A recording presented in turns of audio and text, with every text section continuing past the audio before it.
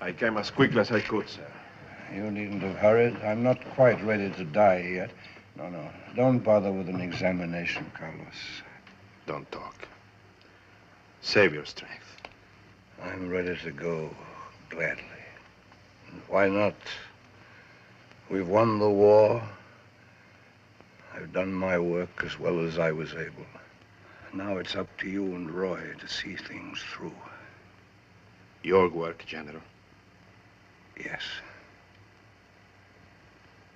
Read that agreement.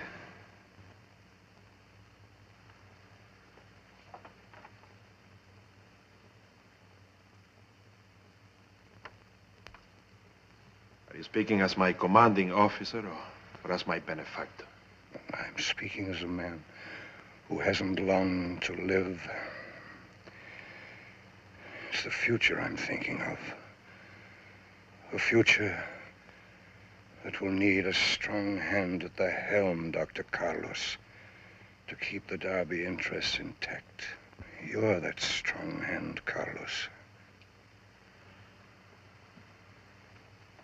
No man living owes to another what I owe to you. You gave me an education. You made a doctor out of me. But I cannot, sir. I will not sign an agreement which gives me control of your estate and fortune. That job belongs to Roy, your son and natural heir. I've already signed the agreement, Carlos. And not because Father asked me to. I'm no good at business. I've got my practice to stick with. I want you to run things. Can you say the same for your wife? Why wouldn't Martha want it? You and she have everything in common. You grew up Yes, together. yes. We were both born of... I'm sorry. That's hardly gratitude. Oh, hang the gratitude. You were going to say that both you and Martha are children of indentured servants. Bond slaves, if you wish. What of it? It's what a man's got in here that counts.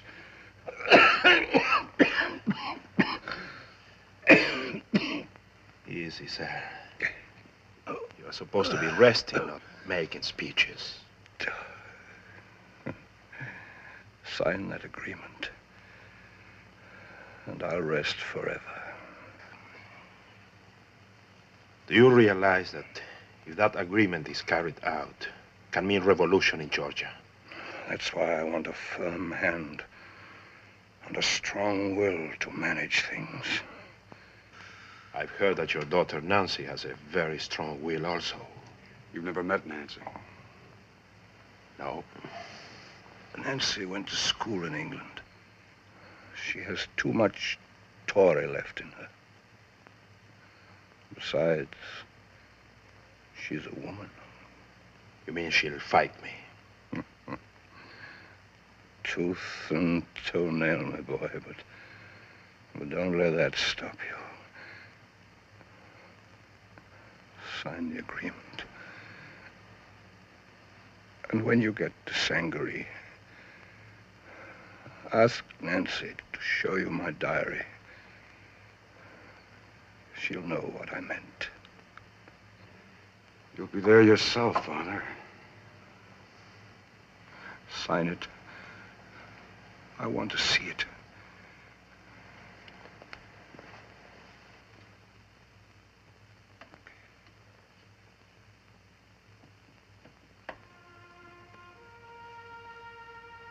Taps. Lights out.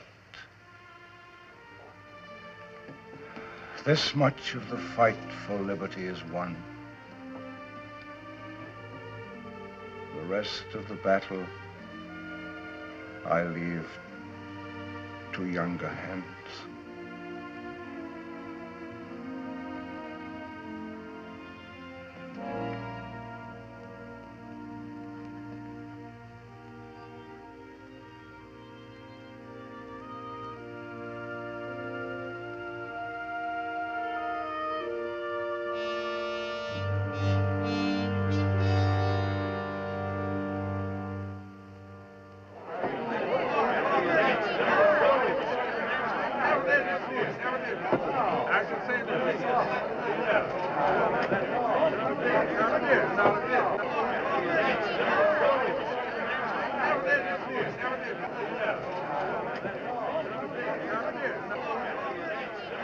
going to fight the general's will like his sister Nancy?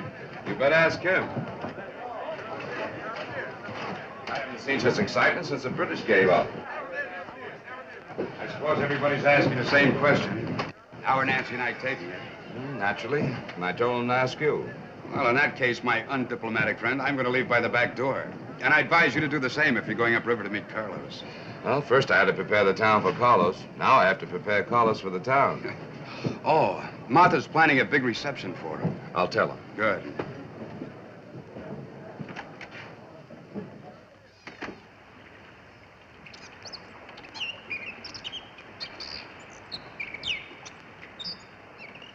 You say Nancy Darby's taking the will to court? It's so rumored about. But then why shouldn't she be against you? The future she had every right to expect is now to be managed by the son of a servant. Would you like it? I'm afraid not. Gabe, what is my enemy like? An angel on the outside and a devil in. Everything it takes to make a man's blood boil, Carlos. I warn you, first off, be on your guard. First off, I'm going to have to forget that I was ever the son of a bonded servant. I've forgotten it in my own case. We both owe everything we had to General Darby, and that's why we can't fail him now.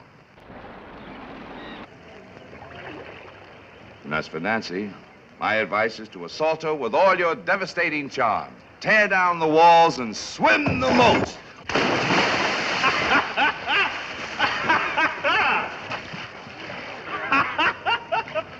Swim your own moats, Gabe!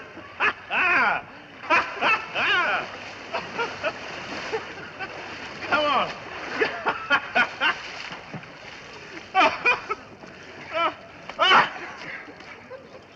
Well, I hope you make as big a splash in Savannah.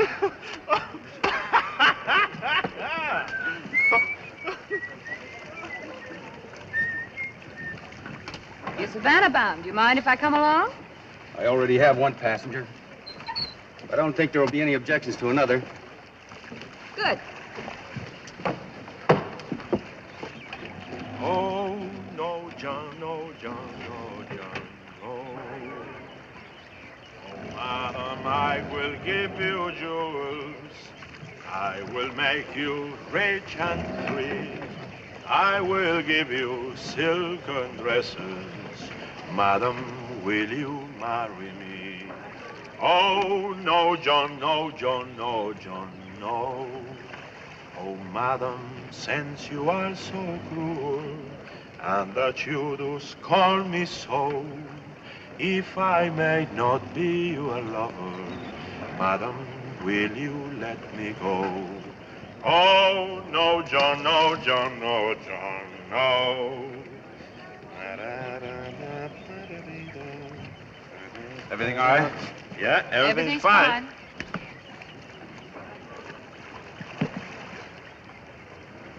If we're going to be formal. No, no use being formal all the way to Savannah.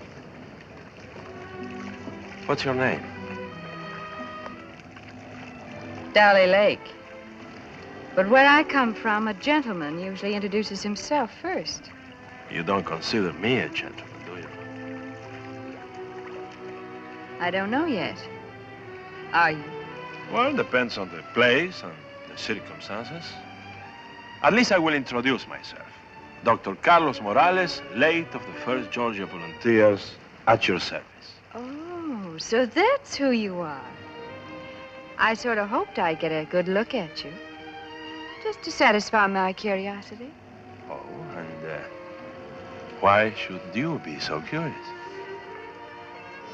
Because, I happen to work for Miss Nancy Darby at Sangaree.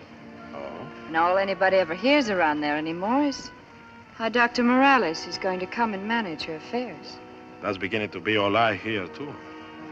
Frankly, Nancy Darby has me terrified before I ever set eyes on her. Then you better prepare yourself. You'll meet her tonight in Savannah. Will she be there? Mm-hmm. That doesn't fit with what I've heard about her.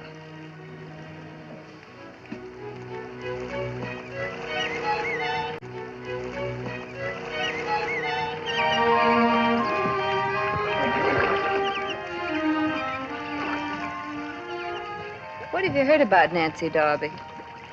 Oh, no, she's beautiful, proud, and headstrong. Her father advised me to fight her. Gabriel Thatch advises me to make love to her. What's your advice? How can I say, sir? I don't know yet how well you make love. Perhaps if I demonstrate. With a servant girl like me, Doctor? Now I know you're no gentleman.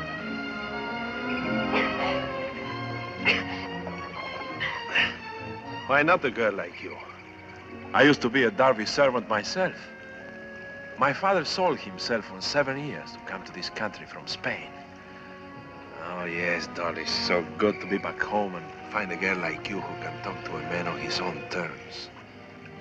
If you break my arm, Doctor, I don't know how I'll explain that to my mistress.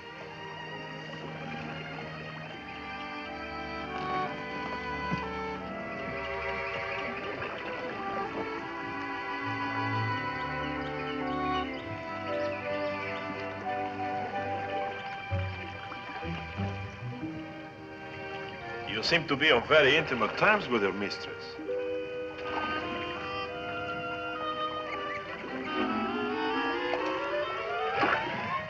In wine there is truth, Dolly. Care to join me? Come to the cabin. We'll give it a toast.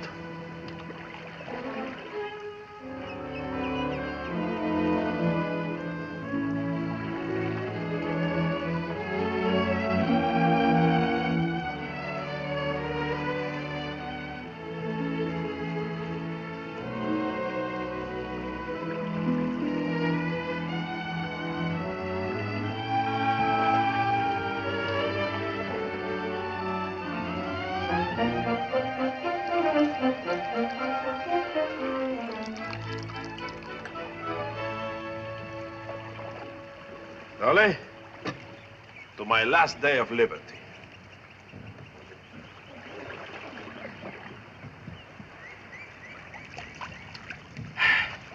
Tomorrow I take over my duties as manager of the Darby Company. You're pretty confident of yourself, aren't you? And why not? Because if Nancy Darby takes her father's will to court, you won't be managing anything. You'll just be a country sawbones. No, you wouldn't like that to happen to me, would you? Now, tell me, Dolly, tell me, just what kind of a monster does Nancy think I am?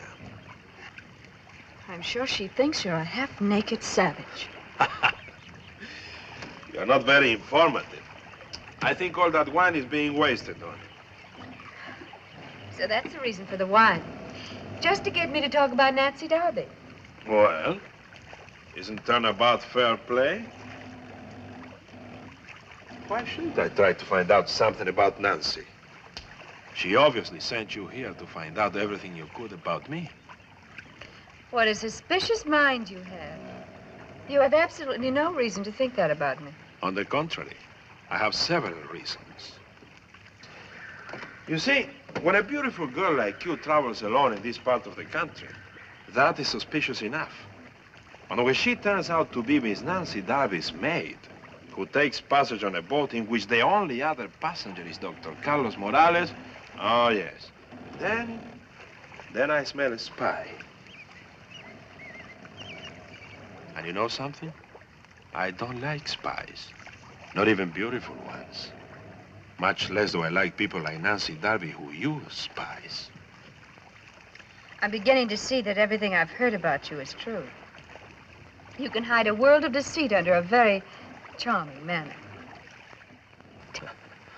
Tell me, what right have you to expect Nancy Darby to deal fairly with you after all you've done to her family? Now, wait a minute. We don't understand each other. That the Darby family has done a lot for me, yes, I admit. But so far, I've done very little for the Darbys. That's exactly what I mean. Everybody knows how General Darby took an interest in you as a boy. How he sent you to the finest schools and had you educated in Vienna.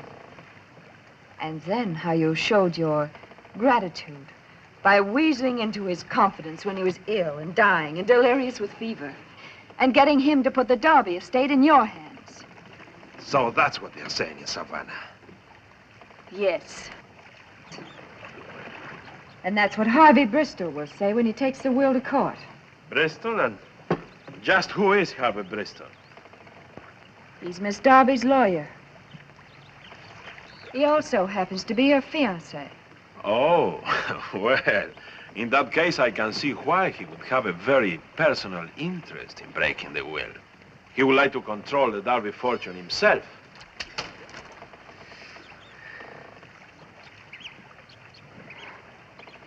Say that to Harvey Bristol and he'll call you out. I'm looking forward to it with pleasure. And another thing.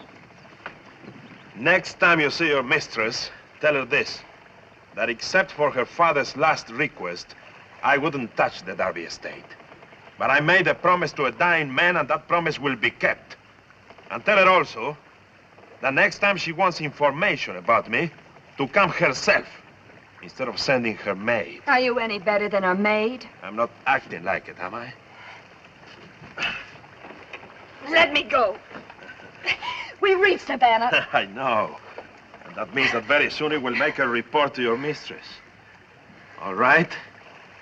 Let me give you something good to report.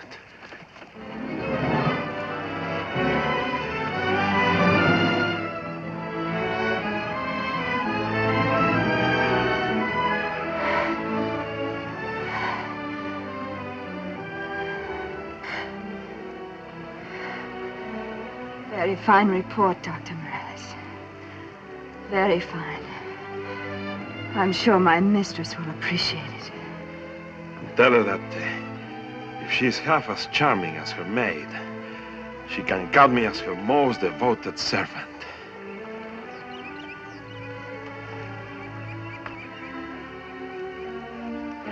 Oh!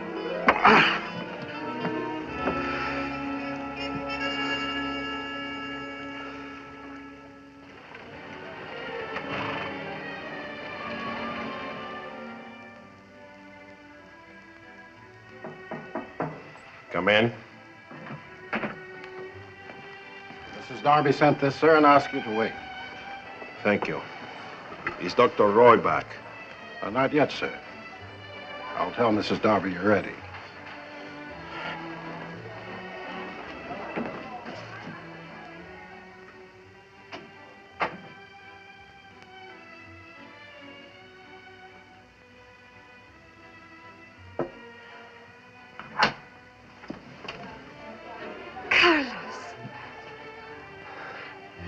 So you finally come. Oh, Carlos. Well, I'm glad somebody's happy to see me around here. Happy to see you. It's like living life all over again. It's like sunshine after a year.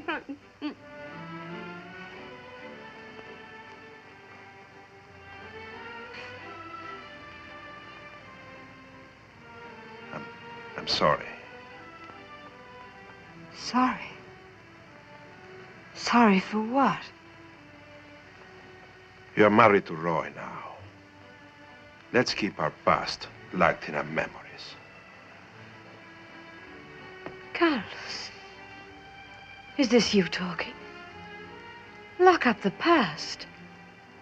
What if I did marry Roy? You know why I married him? Because you loved him, I hope. You're the only man I've ever loved. Martha. No. No, let me say it. I've dreamed about you. Ever since those nights in Satcham Cove. Before you went to Europe. Then you shouldn't have married him. Certainly I should have married him. You were studying medicine, going above me. I was just Martha Gillespie of Clay Creek. How else was I going to stay in your life? Martha, you have to stop thinking that way. We are friends now. To stop thinking that way. We are friends now, understand? Good friends. Couldn't you make that loving friends? Carlos, I've upset you and I'm sorry. When you feel the contempt of Nancy and her friends, you'll come to me of your own accord. I'd like the long-deferred pleasure of meeting Nancy. If you think she's going to let you handle the Darby estate, you're crazy.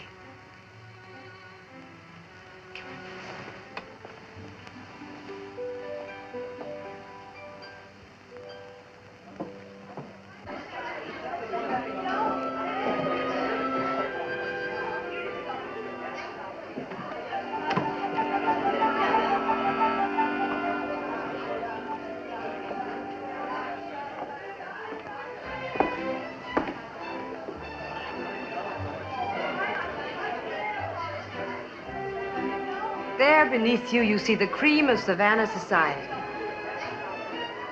Now, let me point out your enemies. Can I trust you to know my enemies? You can trust me to have your interest at heart. See those three gentlemen over there?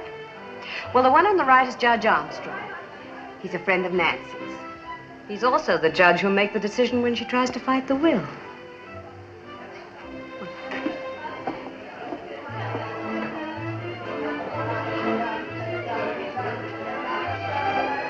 I'm sure you'll take good care of my interests. Mrs. Darby? Martha? Judge Armstrong, Dr. Tyrus, Dr. Morales. How do you do, sir? Nice to see you, Doc. And this How do you do? gentleman is your rival and Roy's in the medical field, Dr. Bristol. How do you do?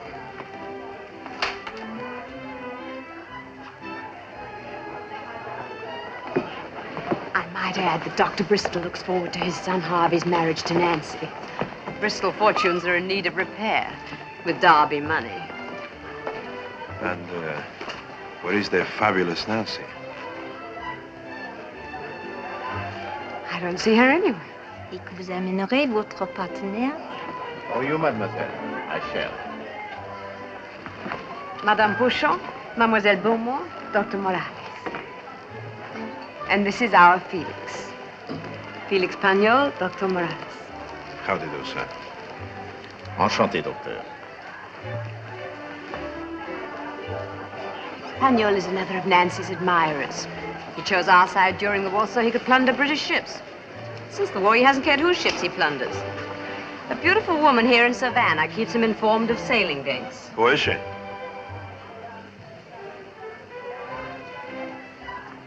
We're waiting for her now. You're accusing Nancy. You might tell her that unless she drops the lawsuit against you, I can prove it. Blackmail is not one of Here's my Roy. I am? Hello. Hello, Roy. Well, how's the party going?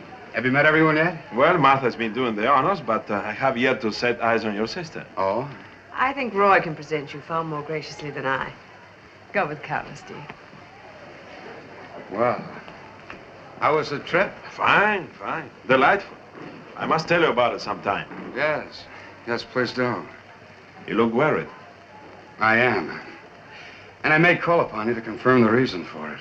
Well, you know you can count on me. What's wrong? I hope I am, but I suspect plague. Plague. In Savannah? Yes. What's this about plague? I hope I'm wrong. Dr. Bristol, may I present We've met. I was just telling Carlos I'll want his opinion on the case. Well, I'll give you my opinion without even looking at the case. There's no plague here in Savannah.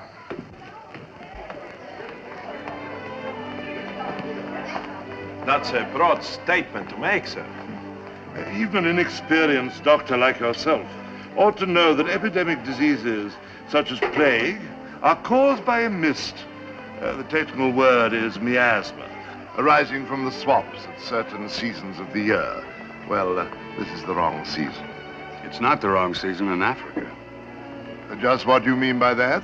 I mean it. There have been several deaths on the slave ships, which might well be caused by plague. And the bodies are buried at sea. So that need not concern us here in Savannah. Ah, Harvey, I don't think you've met Roy's assistant, Dr. Morales. This is my son, Harvey. Dr. Morales is not my assistant. If anything, the opposite is true. Roy has been trying to frighten us by talking about the plague. Sounds more likely that he's trying to justify the freak clinic ordered by his father's will. However, we don't have to worry about it. I shall see that the will is set aside. Like your father, you offer your opinion before the evidence is in.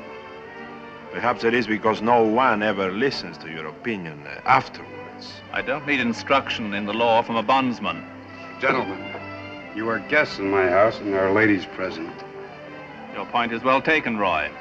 Although from what I've heard of Dr. Morales, he can't tell a lady from a kitchen maid. I'm sorry, Carlos. I despise the man, but Nancy invited him here, and there's not much I can do about it. I know. Oh, I think I see Nancy now.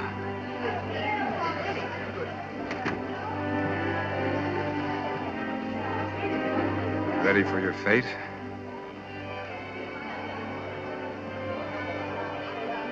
I'm looking forward to it.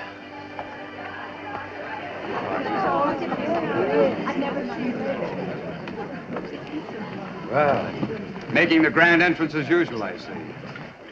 Now I want you to meet your guest of honor, Nancy. May I present my friend Carlos, Dr. Morales.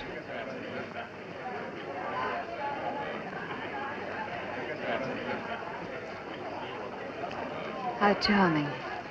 Finally to meet the man I've heard so much about. Especially when you've heard such intimate details.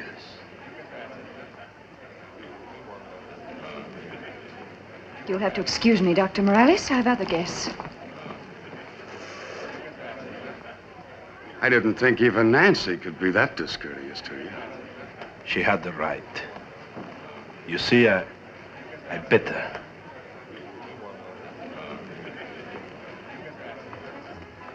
Comme d'habitude, Nancy a donné une soirée magnifique. Ah oui, très belle, n'est-ce pas?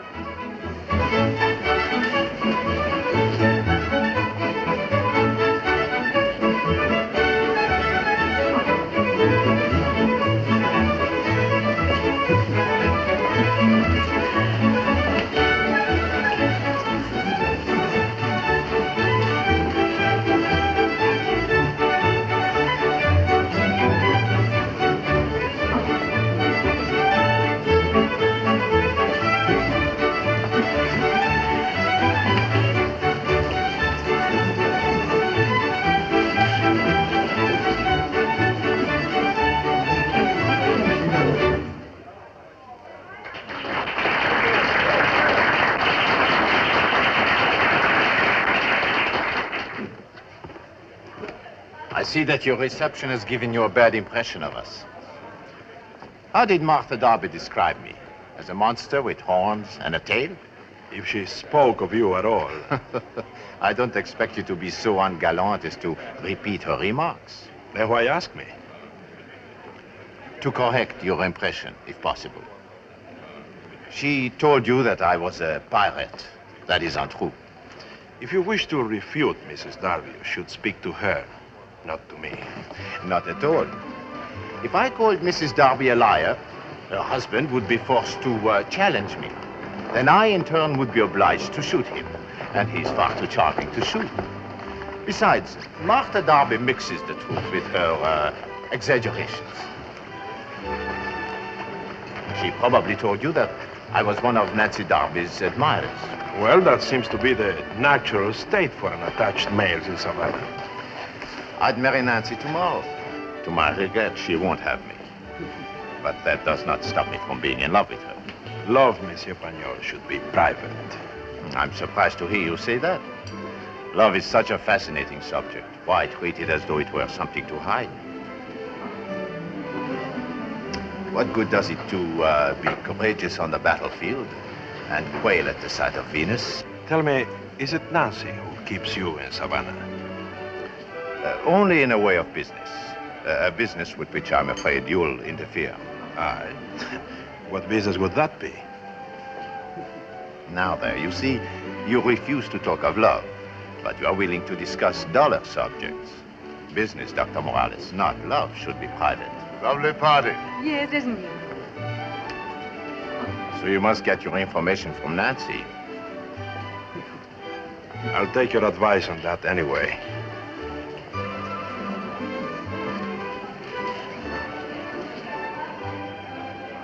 May I have the honor? I have already spoken for the... May I have the honor? I have already spoken for the next number. Maybe the lady hasn't answered you yet. The lady is quite capable of choosing her partners. For what I see, I cannot say that I admire her choice. Is the queen less bold than her maid? Since you were born without manners, I shall have to teach you some. I'll defer that first lesson until you learn some yourself. Let's not spoil the evening. When low-bred sons of servants are permitted to insult gentlemen, the evening is already spoiled. The gentleman has his remedy. Please, please. It's not the time or place, Harvey.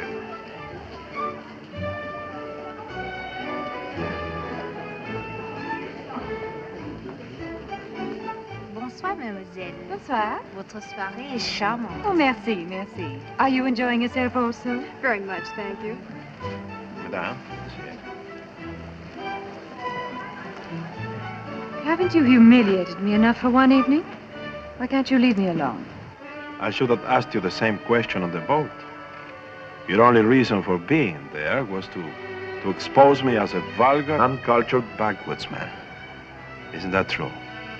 And that's exactly what you showed yourself to be. Why? Because I insisted upon kissing a servant wench? I still prefer the wench to the lady. Maybe you do too. You seem to be in the mood for insulting everyone tonight. Tell me something. What did you think you'd gain by playing the role of a maid? I learned that you were brutal, overbearing, and completely unsuited to managing the Darby estates. Therefore, I shall continue with my plan to have my father's will set aside. Those are Harvey Bristol's words, not yours. I'll tell you why you were on that boat. You were there because you are a woman and you think like one. I'll never acknowledge you as my master in any way. Then Dolly Lake shouldn't have returned my kiss so ardently. But I'll forgive you. I'll forgive you for being a spy because you were acting for yourself. You should have thought of that on the boat. And spoil a happy memory. Thank you. Any compromise with you is impossible. I'll see you in court.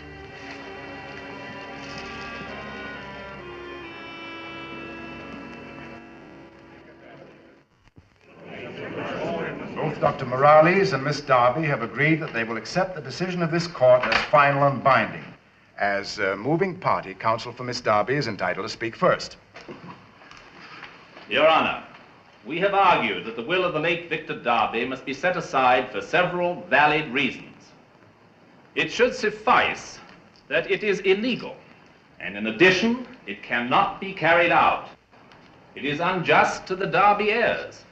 And finally, we have shown that Victor Darby was of unsound mind when he executed it.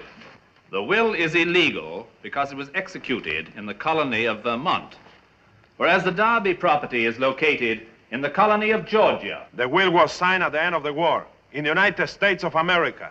We are one country now, not 13. Will the court please instruct Dr. Morales in procedure so I shall not be interrupted again? Dr. Morales will withhold his comments until it is his turn to speak. Will counsel proceed? Next, as to the impossibility of carrying out the terms of this will, we do not have to dwell on the fact that Victor Darby's choice of Dr. Morales as trustee for the estate makes failure certain in the first place.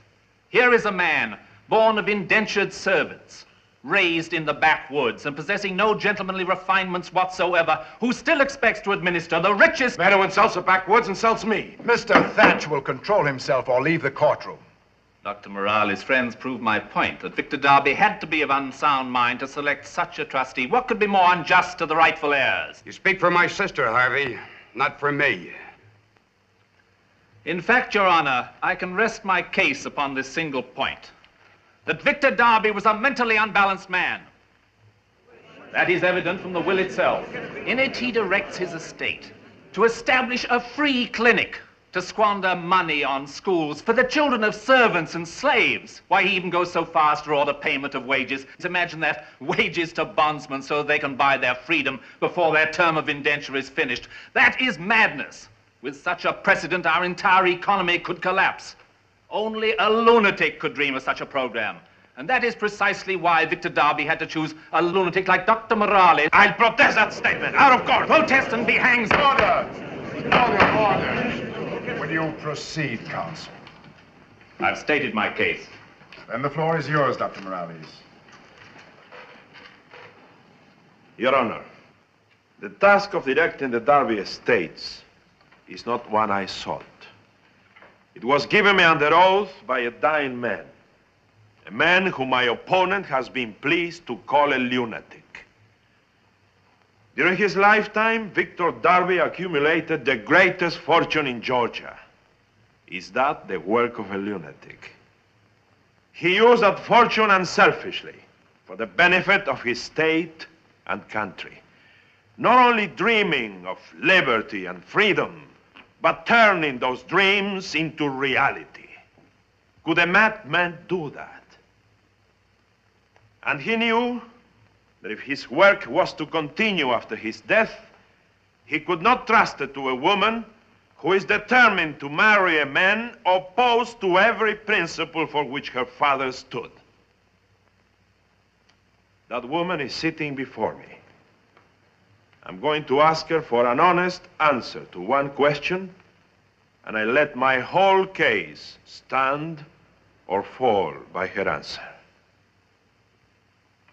Miss Darby, do you believe your father was insane? Of course he was insane. I put the question to Miss Darby.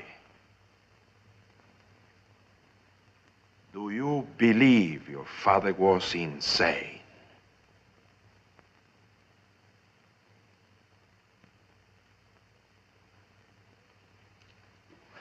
No. No! My father was the wisest man I've ever known. And I hate you for trying to make me say he wasn't.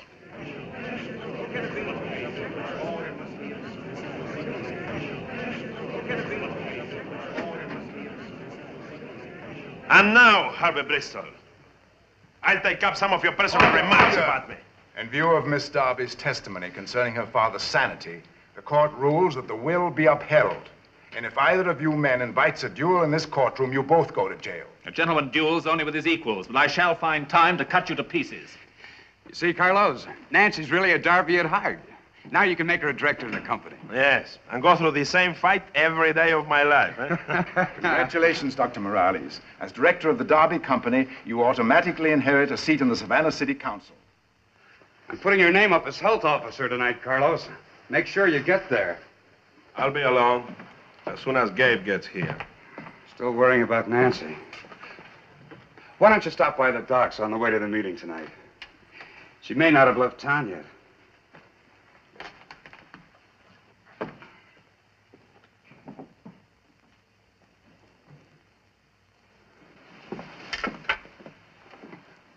I seem to be the only one who hasn't congratulated you.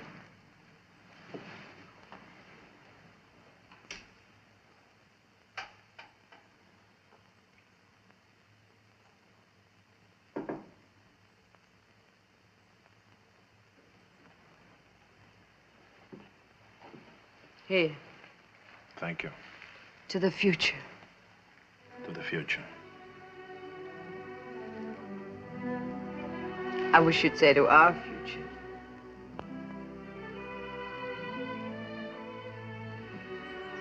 Tell me, how was it today being called names by the aristocrats?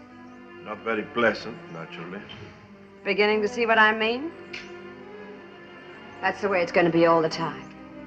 But you and I are on top now. We could take our winnings and go. Martha, please, I thought we agreed on... I've agreed to nothing. Can't you leave me a little pride, Carlos? You could tempt the angels, Martha. And you're no angel. No, I'm not. If it weren't for Roy... You see, it's not the principle that's worrying you. Call it friendship. But I'm not trying to break your friendship with Roy. I'm sorry, Martha. I have to go. You're going to the dock to find Nancy. Eavesdropping is a bad habit. I don't know how you can stand her after what she's done to you. Martha, you have to stop. I hate her. Do you understand? I hate her, I hate her, I hate her. She's a pirate. She and Felix Payot. I don't care to hear it. All right, Carlos. You've let me know how you feel. I won't embarrass you anymore. But just remember that... You don't understand. Just remember that I wanted to help you. But not where Nancy's concerned. But not where Nancy's concerned. All right.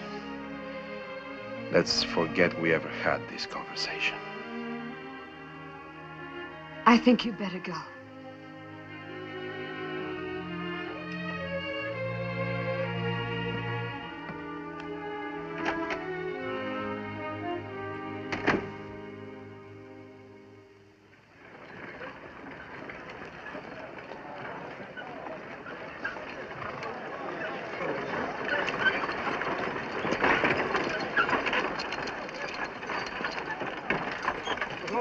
That's Nancy's boat. She's still here. But if we wait, we'll miss the meeting. We have time for a drink, and look, Carlos, it's too important. 5 minutes.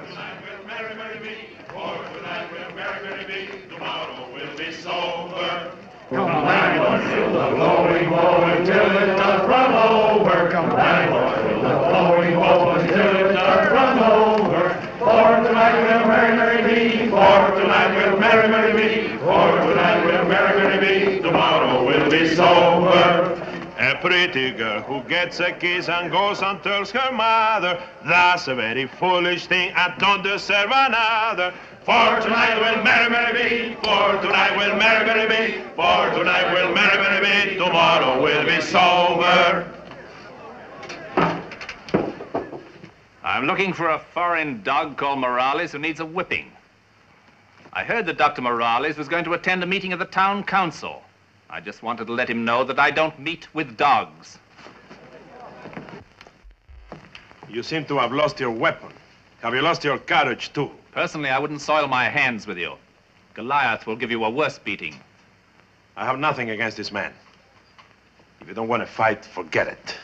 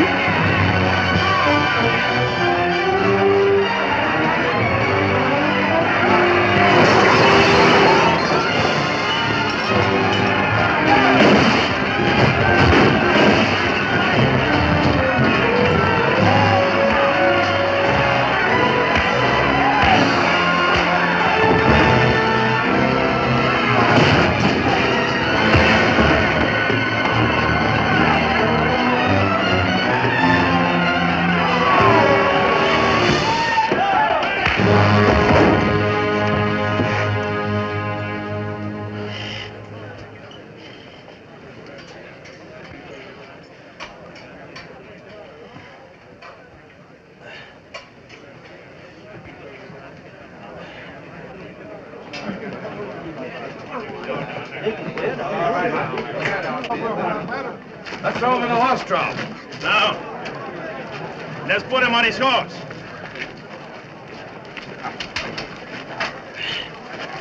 He was on his way to the council meeting. We may as well see that he gets there. Mr. Chairman, I'm certain that Dr. Morales is coming.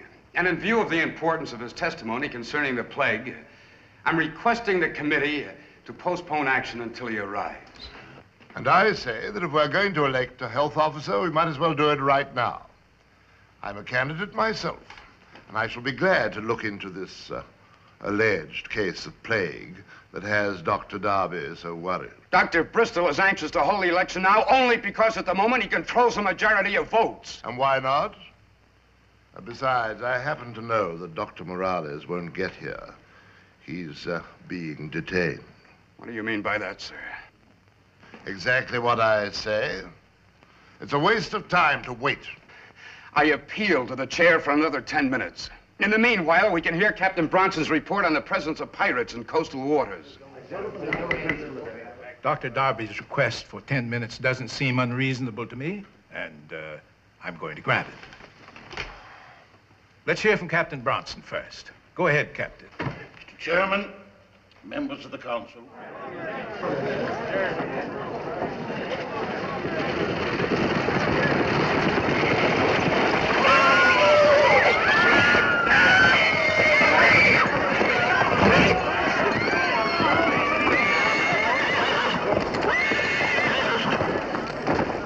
What's happening? Looks like a brawl, Miss Nancy. Nothing to be worried about. I'll walk from here. Yes, ma'am.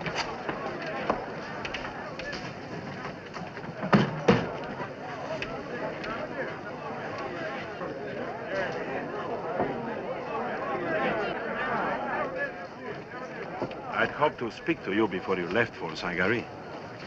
Is it always your custom, Dr. Morales, to greet women while you're half naked? No, only when circumstances make it necessary. Nancy, in spite of our past differences, I want you to accept the position as a director of the Darby Company. Your father asked for that in his will. A directorship, under your guidance. Unless, of course, I prove such a failure that I lose my position. And that's exactly why I intend to become a director. I managed the plantations all during the war, and I've no desire to see you ruin them now. So if I have your very kind permission to continue managing that which is already mine, I'll go. Naturally, I will expect a regular accounting. For that, you must come to Sangaree. Is that a command or an invitation? Could I command you? An invitation, then. I'll accept. I trust you'll forgive the interruption, but I must remind Carlos he's already late for a meeting. Is there? Yes, I regret to say the man on the horse is your fiancé. We had a slight altercation. I'm taking him to his father for medical attention. Harvey Bristol is no longer my fiancé. Oh? May I say that I'm glad to hear that? That doesn't forgive you for fighting. Oh, but I don't need your forgiveness. Now tell me, if Harvey Bristol was supposed to accompany you to Sangaree, now you will need another bodyguard. May I offer my services?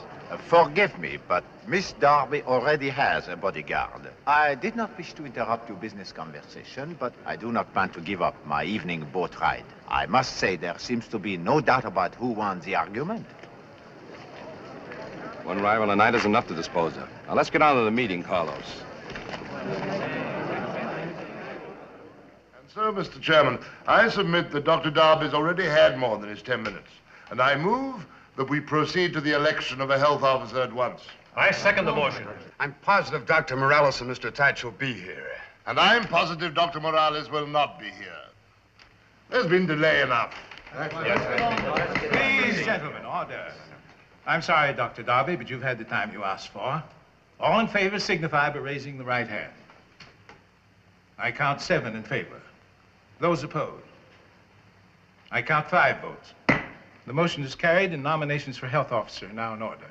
I nominate Dr. Bristol. Second. Dr. Bristol's been nominated. Are there any further nominations? Mr. Chairman, in spite of his absence, I'm going to nominate Dr. Morales. We want a man as health officer who will take measures to protect Savannah. Not a man who seeks office only so he can destroy its power. Whom do you mean by that? If the shoe fits. Order. This is not a time for campaign speeches, Dr. Darby. Who seconds Dr. Morales' nomination? I second it. And I move the nominations be closed. If there are no objections, it is so ordered. Are you ready for the vote? Yes. In the absence of Dr. Morales, I'm going to rule that neither candidate shall have a vote. And I'll ask Dr. Bristol to leave the room while the votes are being counted.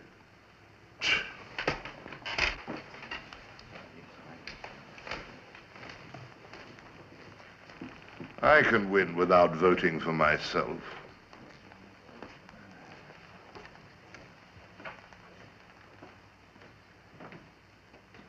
Very well. All in favor of Dr. Bristol for health officer, please raise the right hand. 6 for Bristol. Those for Dr. Morales. 2 plus 1.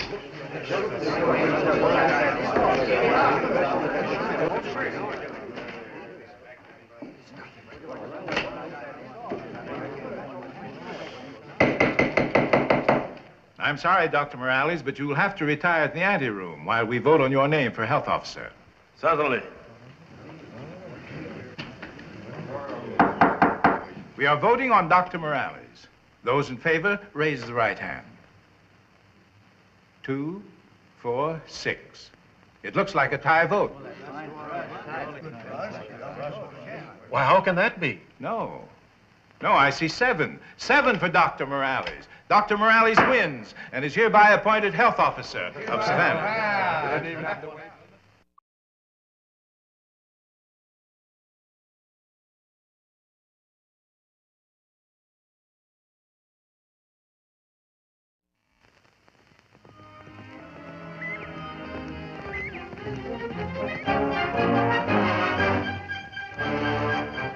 It's the biggest harvest the Darby Company has ever known. And the credit all belongs to you, Carlos. These 6 months under your management have been... Not my management, Roy. General Darby's. He knew that free men work harder than slaves.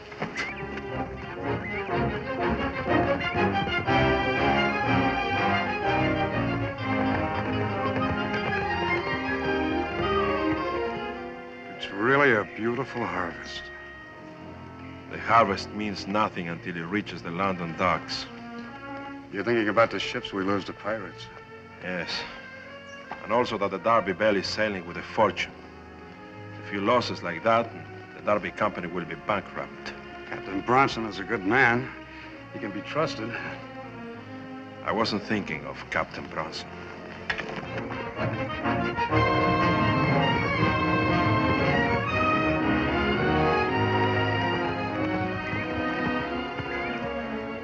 Well, here's where we part, Carlos.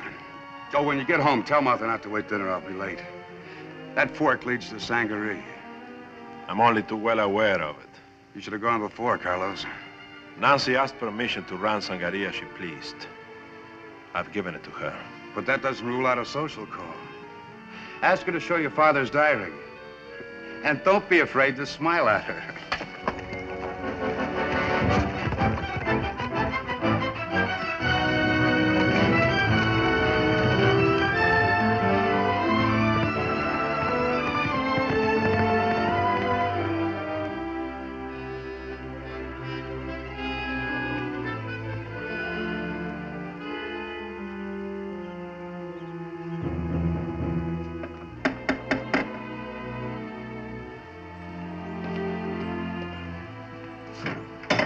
Sir?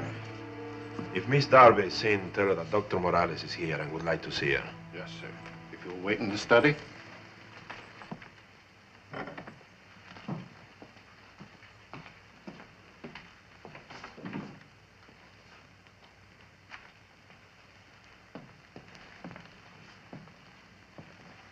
Listen. Yes, sir? Haven't I seen you before? I couldn't say, sir. Yes, your name's Brian. You were at the reception the night I arrived in Savannah. I thought you belonged to Mrs. Darby.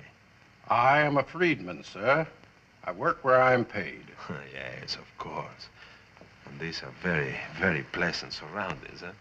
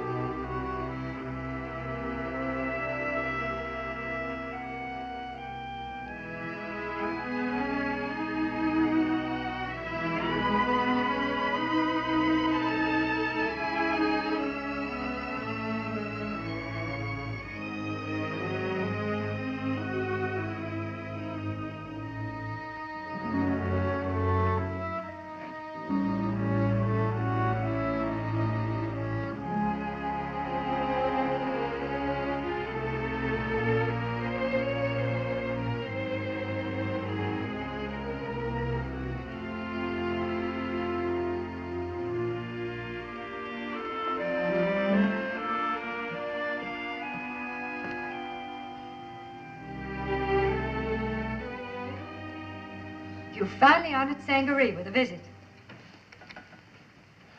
Nancy. I see you've been reading Father's diary. The last one is the most interesting. It contains his plans for the future. You must read it. Some other time. I came to check on the Sangaree cargo. They tell me Captain Bronson is here. Yes, the Darby Belle is loading now. I suppose you'd like to inspect it? It's part of my job. And the Sangaree plantations as well? I'll consider that an honor if you'll accompany me. I'll consider that a command. Can't we call it a truce? Just for today. Must it end so soon? Come along. I'll be your guide to Sangaree.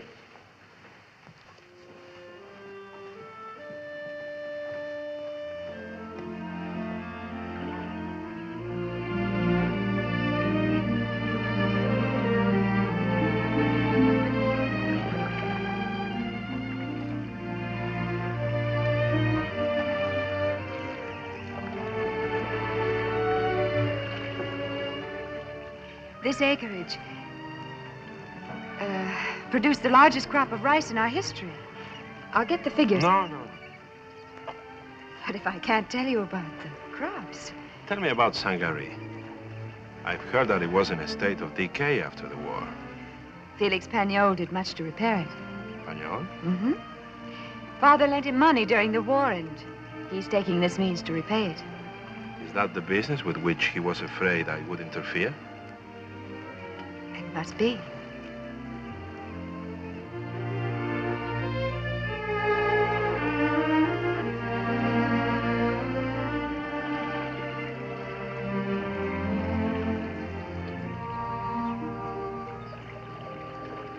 There's a warehouse. I've seen many warehouses. Captain Bronson will be there. Oh, yes. Fine man, Captain Bronson, yes.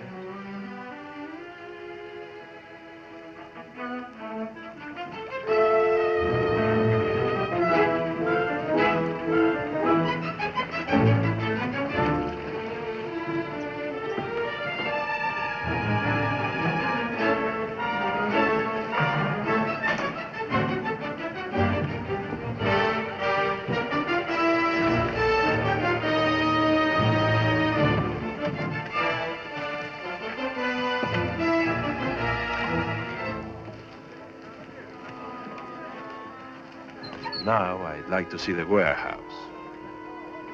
Come along.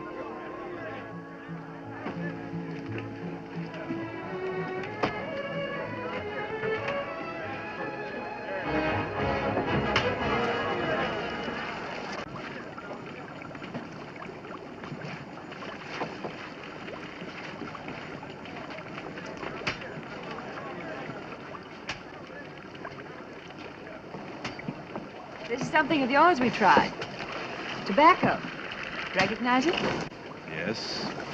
There's quite a market for it, too. As a matter of fact, we plan to grow some more.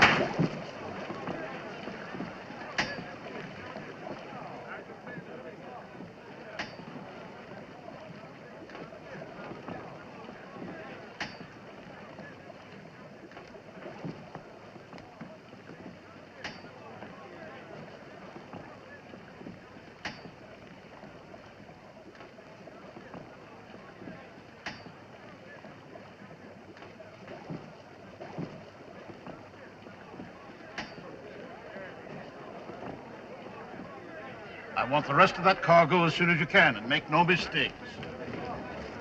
Those hogs are next. Keep them rolling. Captain Bronson. Captain? I'll be out of here within the hour. We'll pick up the tobacco at Darbyville, and I'll wait for the tide and head for the open sea. But what about the cargo at Savannah? Oh, those barrels on the dock are dummies. Empty. If there are any pirate spies in town, they'll be watching those barrels. By the time they'll find out they're nothing but decoys, the Derby Bell will be halfway to London. We'll clear the bar by midnight. London. We'll clear the bar by midnight. Work before, work this time. You'll stay at Sangaree for dinner? I wish I could. Well, surely the Derby Company can spare you for one evening. I wasn't thinking of the company. There is so much to be done. You see, in spite of everything Roy and I have done, the plague keeps increasing. I have to be back tonight for a meeting. Of course. Forgive me for being so selfish. Selfish. Putting my own pleasure over the misfortunes of others. Carlos, I want to apologize. You don't have to. Father was right. It's not just the Derby Company. The hospitals, the schools. They all needed a stronger hand. Nancy. When the plague passes. Come back to Sangaree.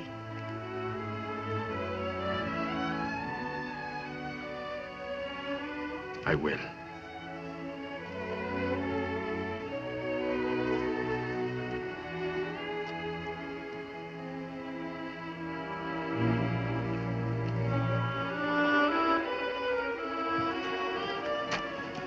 Captain Bronson, I've got to get to Savannah. Is there a way you can put me ashore without spoiling your plans? You know, all right. Good. All the merchants in Savannah have cooperated with the rat control program except one. I want to ask Dr. Bristol why he won't let the committee inspect his warehouse. What's all this fuss about rats? It's only a wild superstition that rats cause plague. For 200 years, men have known that plague occurs only where rats exist. I don't pretend to know what the connection is. But I do know that as long as Dr. Bristol won't cooperate, the entire community is in danger. That's right. One man can spoil the whole show. We need full cooperation. What have you to say for yourself, Bristol? I've this to say. I've complied with your stupid regulations. Then why won't you let the committee inspect your warehouse? The word of a gentleman should be sufficient. Gentlemen, absolutely right. I tell you this. I've every right to protect my property. And if anyone tries to enter my warehouse or inspect Bristol ships without my permission, my guards will open fire. Gentlemen, we don't want any violence if we can avoid it. Roy Darby has sent for sulfur to fumigate the warehouses. By the time it arrives, Bristol may have changed his mind. Let's adjourn for the evening.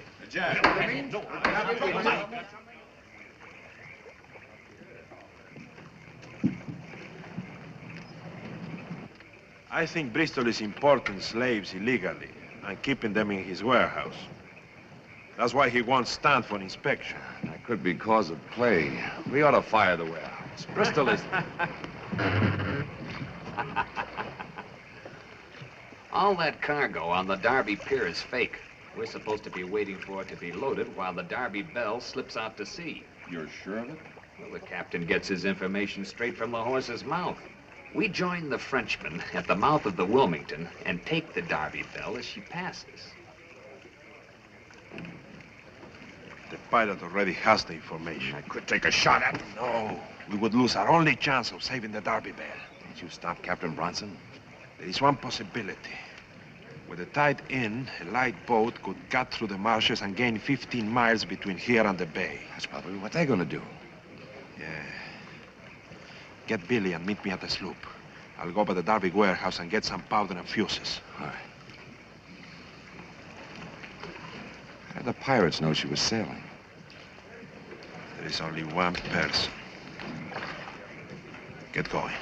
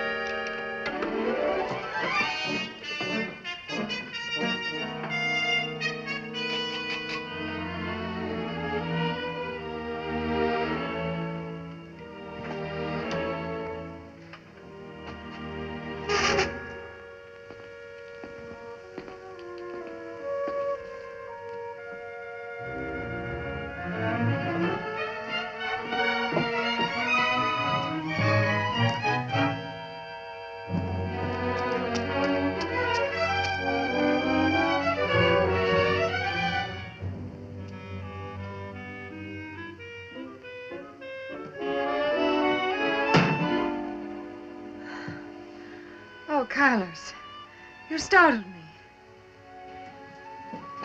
What's the matter? What's wrong? You know what's wrong. Every word you said to me today was a lie. Every smile, every gesture was a lie. What are you saying? You're a spy and a traitor. You won my confidence so you could tell your friend Pagnol about the sailing of the Darby Belle. That's why you're here. That's not true.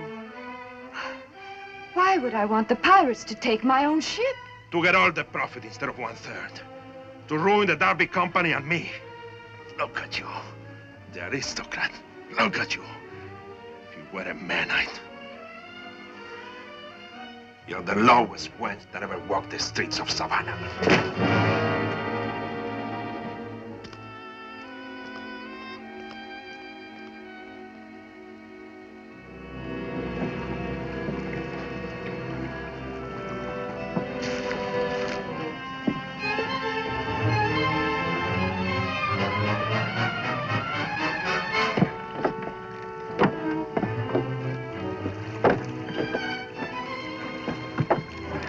All right, Billy, let's go.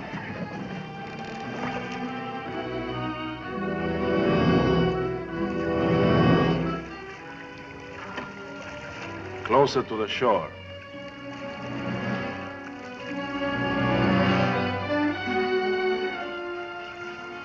You know, Carlos, when those men talked about the Frenchman, they might have meant the name of their ship, not the captain. Who else would name his boat the Frenchman?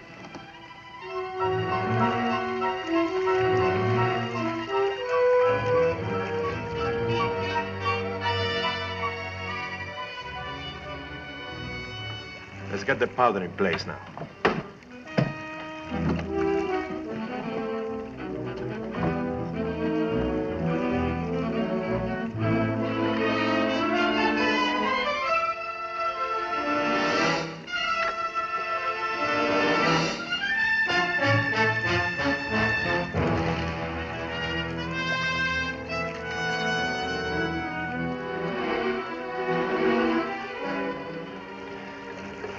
Set the fuses now.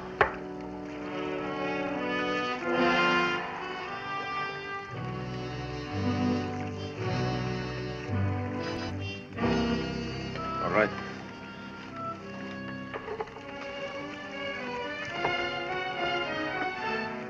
We'll ram the pilot midships and swing for it.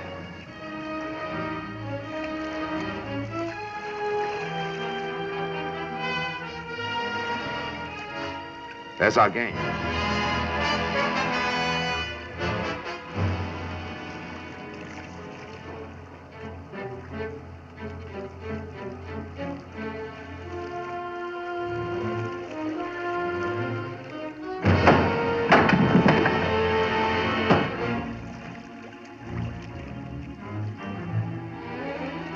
Ahoy! To a light there! Identify yourself or we open fire! Ahoy, the Frenchman! The Frenchman is! Who wants to know? Let's get rid of our coats.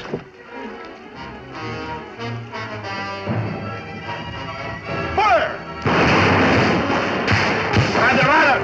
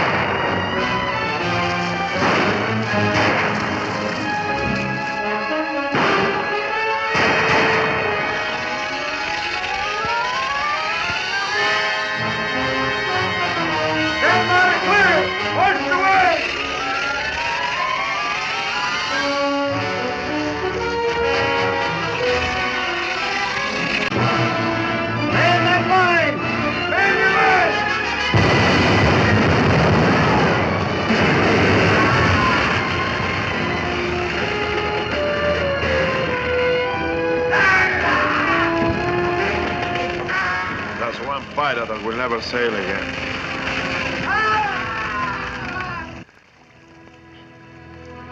There's the Derby Belle pulling for the bar right now. Something tells me that Felix Pagnol wouldn't have trusted himself on that ship.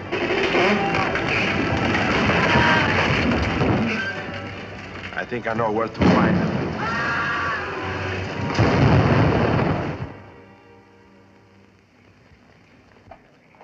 You two go on to the stable and saddle the horses. We are going to Sangaree and settle with Pagnol.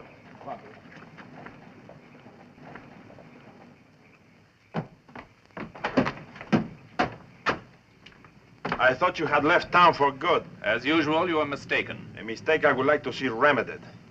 What are you doing here? I can't see that's any of your business. I suggest you come tomorrow. Dr. Darby's away for the evening. How convenient for you.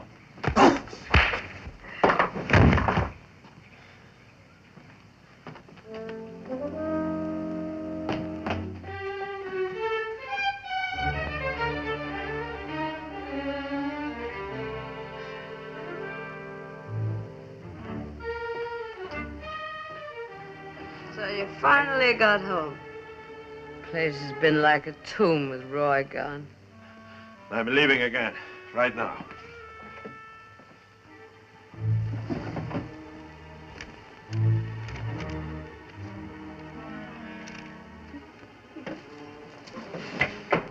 Carlos, you're wet. The usual result of being in water. I don't understand. I'm on a pirate hunt. We sank the ship. Now I'm after the man. Who do you think the pirate is? You told me his name yourself. Felix Pañol, of course. Oh, yes, that's right. Pañol and Nancy. Didn't I tell you the truth, didn't I? Yes, you were right, Martha. We are two of a kind. There is no place for us among the Darbys. Why couldn't you have learned that sooner? As soon as I've settled with a pirate, I'm going away. No. No, Carlos. Carlos.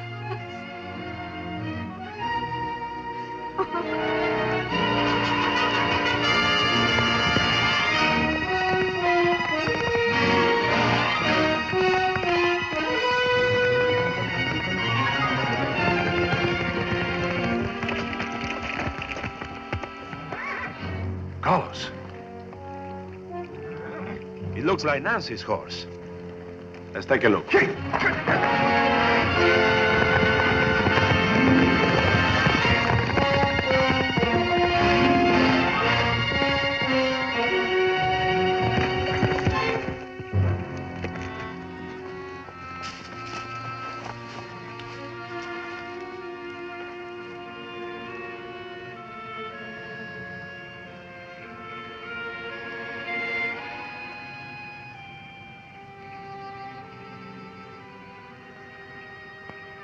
It's a head injury. Billy, I need my surgical kit. Gabe, find Roy and tell him to get to Sangaree as soon as possible.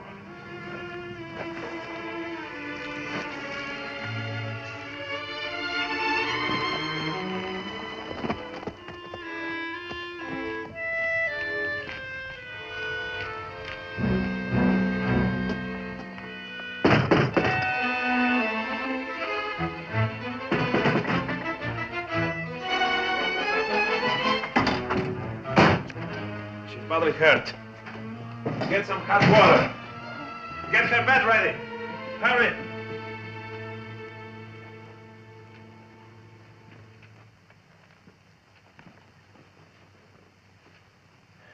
The scissors.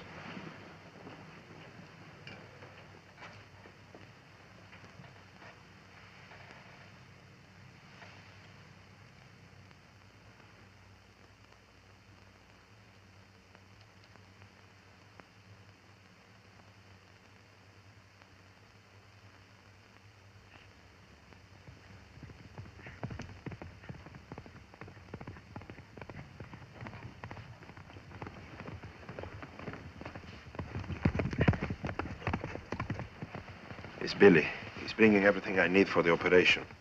Tell the other ones to wait downstairs. Yes, Dr. Morellis. Do you mean you're going to cut her with a knife? Yes. Piece of bone is causing pressure. Has to be removed immediately. Oh. She'll be all right.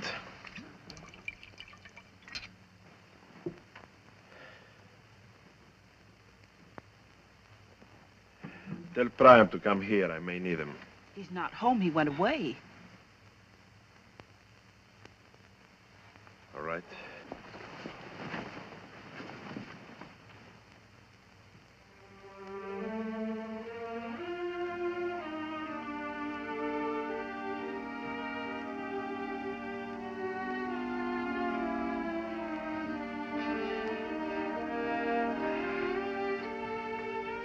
I've done all I can. You must have something to eat. Stay with her. Let me know as soon as she wakes up.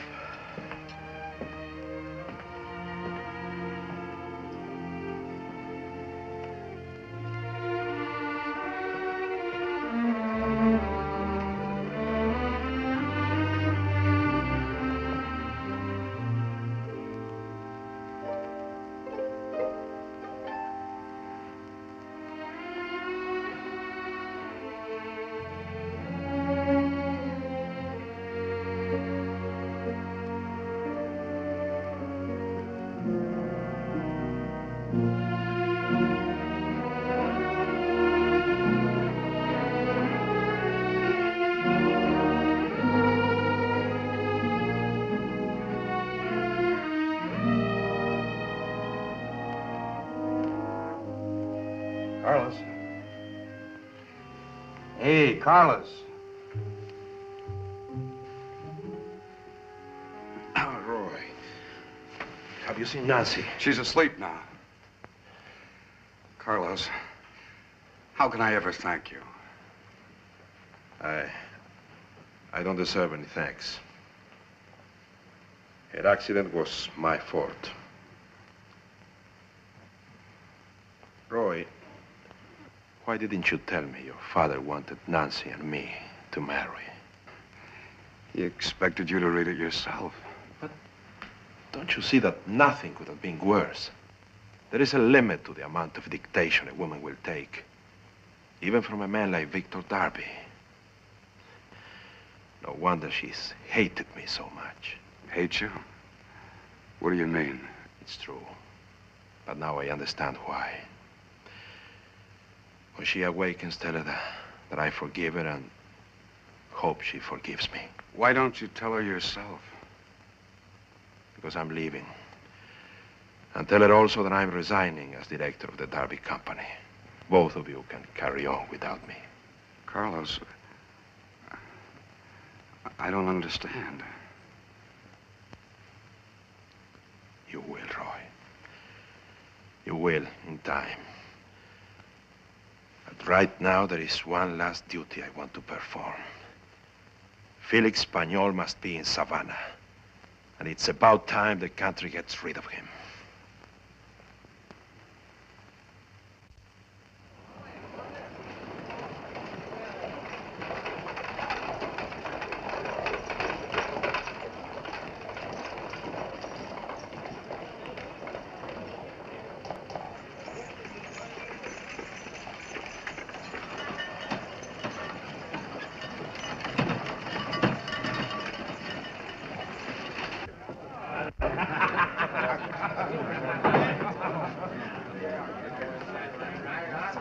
Monsieur Pañol.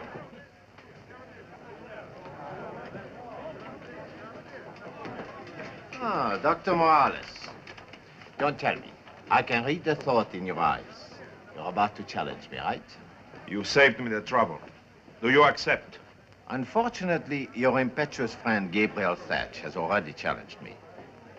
Gabe has challenged you? And as a man of honor, I must give him satisfaction first. After I have disposed of him, I'm at your service, if you're still in the mood. Your friend will need a surgeon when I've finished with him. A fool, Gabe. That's what you are, a fool. Pañol has fought a dozen swamp duels and lived to brag about it. Then why are you so anxious to take my place? Because... Oh, no, my friend. You've had all the fun so far. Gabe. But you can act as my second. You don't understand. Especially since Monsieur Pañol is going to need the services of a surgeon when I finish with him. Carlos, we've been looking all over town for you. What's wrong? Just more of the same. We're ready to start firing sulfur in the warehouses as soon as you check our procedure. What about the Bristol warehouse? If he won't open his doors, we'll knock him down. All right, let's go. You see, my friend, you're a very busy man. You need someone like me to take care of these small details for you. Don't forget, be at Kings Island Landing at 8. All right.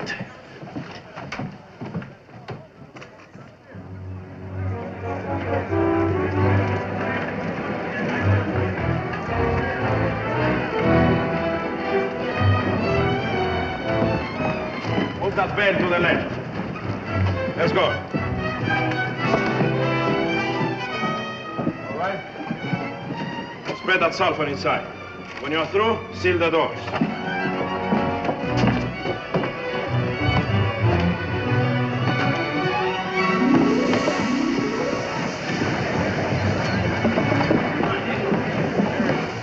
That takes care of every warehouse except Bristol's, and he's next. Are you coming to the Bristol warehouse? You will have less trouble with Bristol if I'm not with you. Besides, I have to attend an affair of honor. I'll be with you as soon as I can. Let's go, Billy.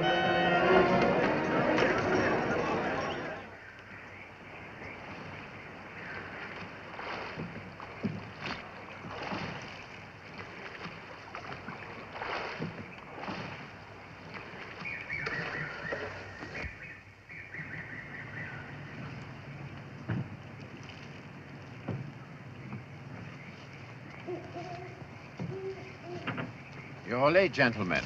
The fault is mine. I have serious duties in Savannah. My only wish is to finish this affair as soon as possible.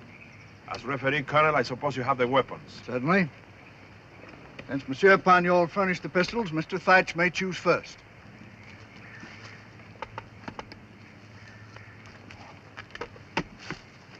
And Monsieur Pagnol may have first choice of knives.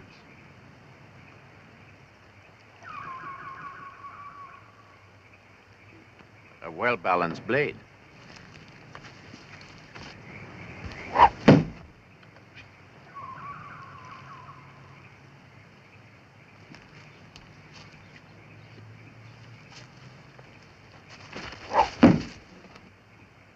Bravo. Well done. This promises to be more exciting than I thought.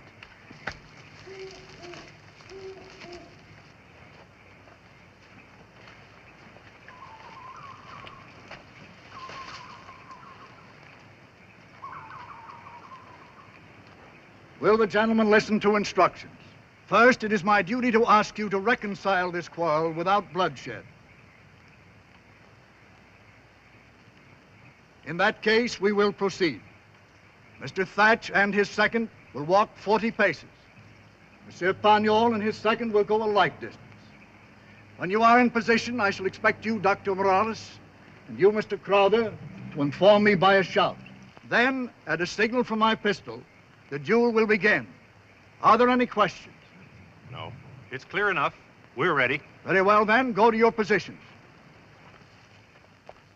1, 2, 3, 4, 5, 6, 7, 6, 7, 8, 9, 10, 1, 2, 3, 4, 5, 6, 37, 38, 39, 40. Ready here. Dirty rat. That's why he selected a swamp to cover a murder.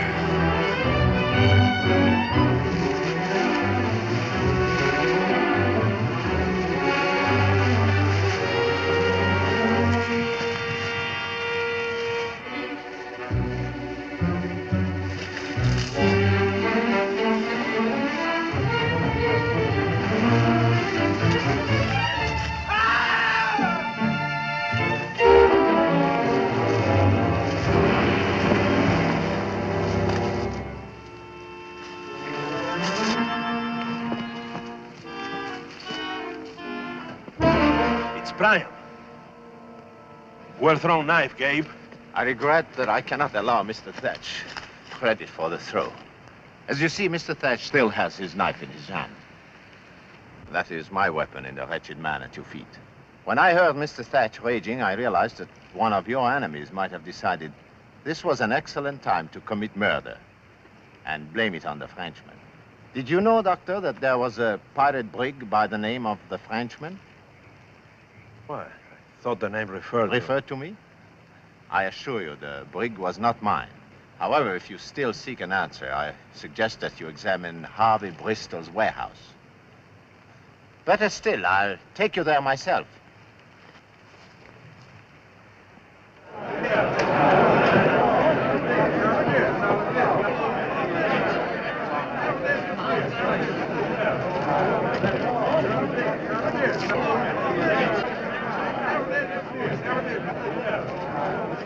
Look, I'm not going to wait any longer. Steady. Put down that gun, Bristol. We're going to clean up your warehouse just like the rest. Nobody's entering my warehouse. I'll shoot the first man who tries.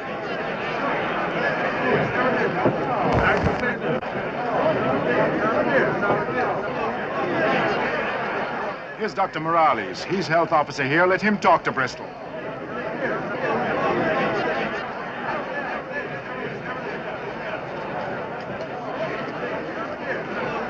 Gabe, talk to Bristol.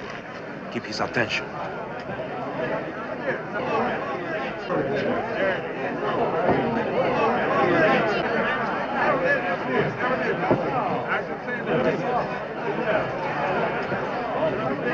Will you listen to me, Bristol?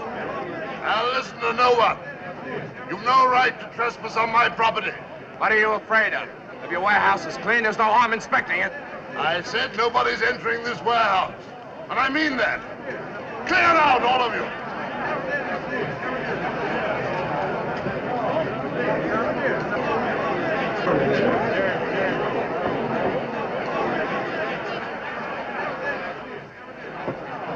Tell them to drop their guns. Come on. Come on! All right, drop them.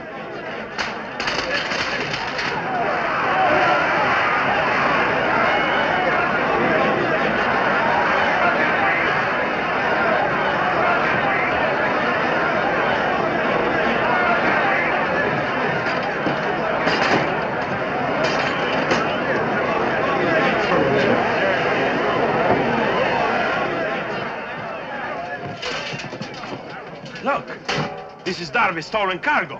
So this is why Bristol wouldn't allow inspection of his warehouse. Then Harvey must have... I know. But Brian, why Brian? Brian was originally in the pay of Martha Darby. Yes. Then it was Martha that Harvey Bristol wanted to see the night we sank his ship. Monsieur Pagnol, will you accept my apologies? Mine too, sir. Gladly. Come on. Carlos! Carlos! Well, what did you find besides stolen cargo? Rats by the hundreds. And what's worse, the bodies of 9 slaves dead of the plague. That was a source of infection. Burn it! What about the stolen Derby merchandise? Burn it! Bring your torches. Inside. Bristol, where is your son? Where is Harvey? I don't know. I'll find him.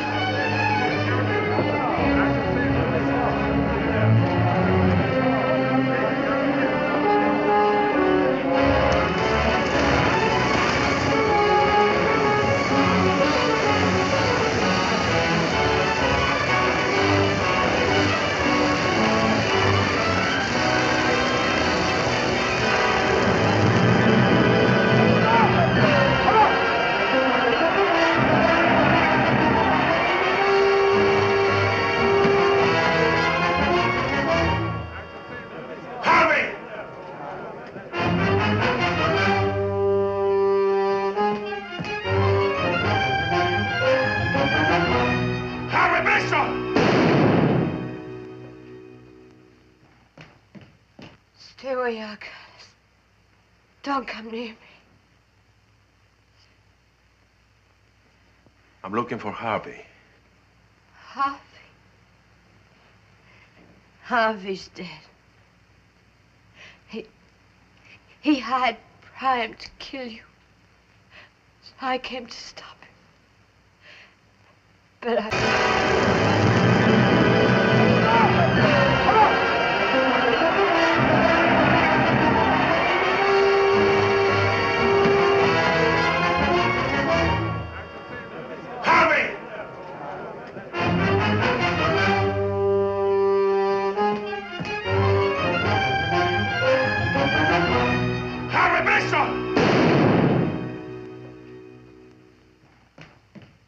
stay where you are, Carlos.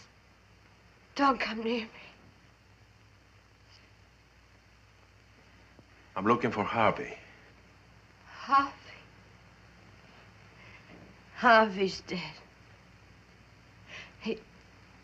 He hired Prime to kill you. So I came to stop him. But I was too late. And Harvey, when he heard you were in the warehouse, he wanted to run away. So I shot him. And now I'm gonna die too. But why, Martha? Why did you join forces with Harvey Bristol? For years I've wanted to destroy Nancy. Call it envy. Call it revenge or just plain greed. But when Harvey wanted to kill you, Carlos, I just couldn't. I couldn't. Carlos, you and I together. You and I. We could have had everything. We could have...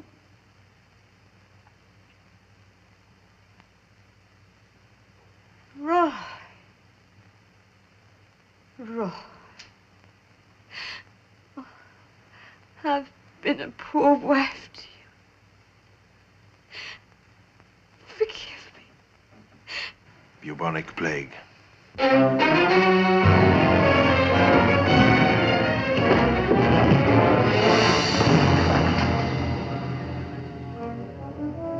Don't touch her, Carlos. Roy. Nancy's waiting for you at Sangaree. Please go.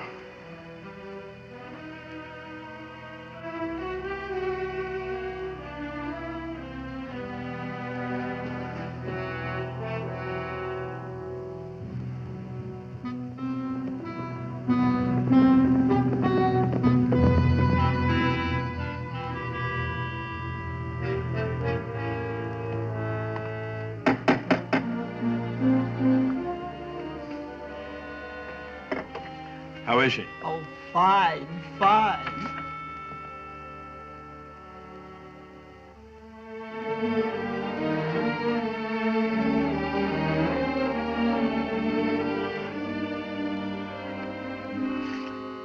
Carlos. You see? Your father understood the inevitable. He might have emphasized love a little more and business a little less. He was wise enough to let us find love for ourselves.